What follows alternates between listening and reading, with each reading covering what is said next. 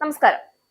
ഒരിക്കൽ ലോകരാഷ്ട്രീയത്തിന്റെ വേദിയിൽ കൈകോർത്ത് നിന്ന രണ്ട് നേതാക്കൾ, ഒരാൾ സമാധാന കരാറുകളുടെ വ്യാപാരി എന്ന് സ്വയം വിശേഷിപ്പിച്ച അമേരിക്കൻ പ്രസിഡന്റ് സാക്ഷാൽ ഡൊണാൾഡ് ട്രംപ്, മറ്റൊരാൾ സുരക്ഷയുടെ പേരിൽ യുദ്ധത്തിന്റെ രാഷ്ട്രീയം നിരന്തരം ഉയർത്തിക്കാട്ടിയ ഇസ്രായേൽ പ്രധാനമന്ത്രി ബെഞ്ചമിൻ നെതന്യാഹു.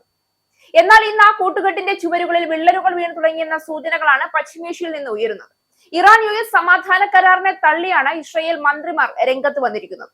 ട്രംപിന്റെ കരാറിൽ ഇസ്രായേൽ പങ്കാളി അല്ല എന്നും അമേരിക്കയുടെ കീഴിലല്ല തങ്ങൾ ഉള്ളതെന്നും ദേശീയ സുരക്ഷാ മന്ത്രി ഇതാമർ ബെൻ-ഗിർ പറഞ്ഞു.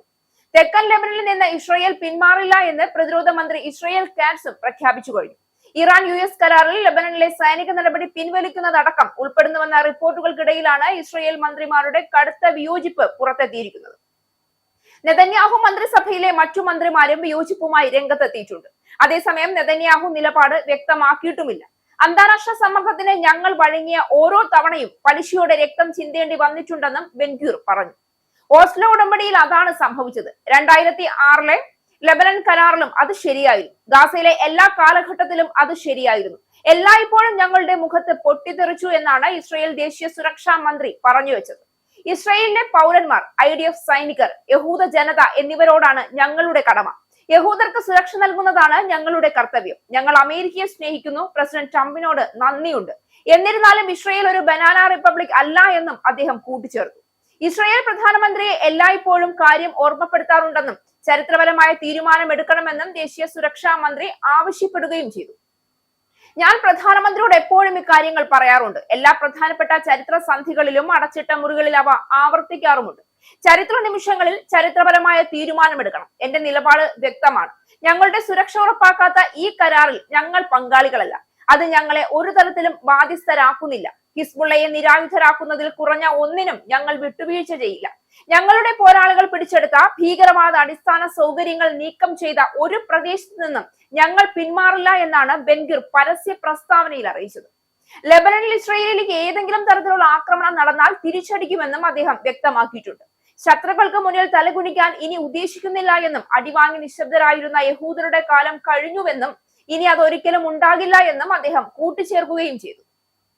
ലെബനൻ, സിറിയ, ഗാസ എന്നിവിടങ്ങളിൽ IDF അനിശ്ചിതകാലം തുടരുമെന്നും ഇതുമായി ബന്ധപ്പെട്ട് പ്രധാനമന്ത്രിയുമായി ചേർന്ന് നയം രൂപീകരിച്ചതാണെന്നും ഇസ്രായേൽ പ്രതിരോധ മന്ത്രി ഇസ്രായേൽ കാറ്റ്സ് വ്യക്തമാക്കി. ഇസ്രായേലിന്റെ സുരക്ഷാ മേഖലകളിൽ നിന്ന് പ്രാദേശിക താമസക്കാരെ ഒഴിപ്പിക്കും.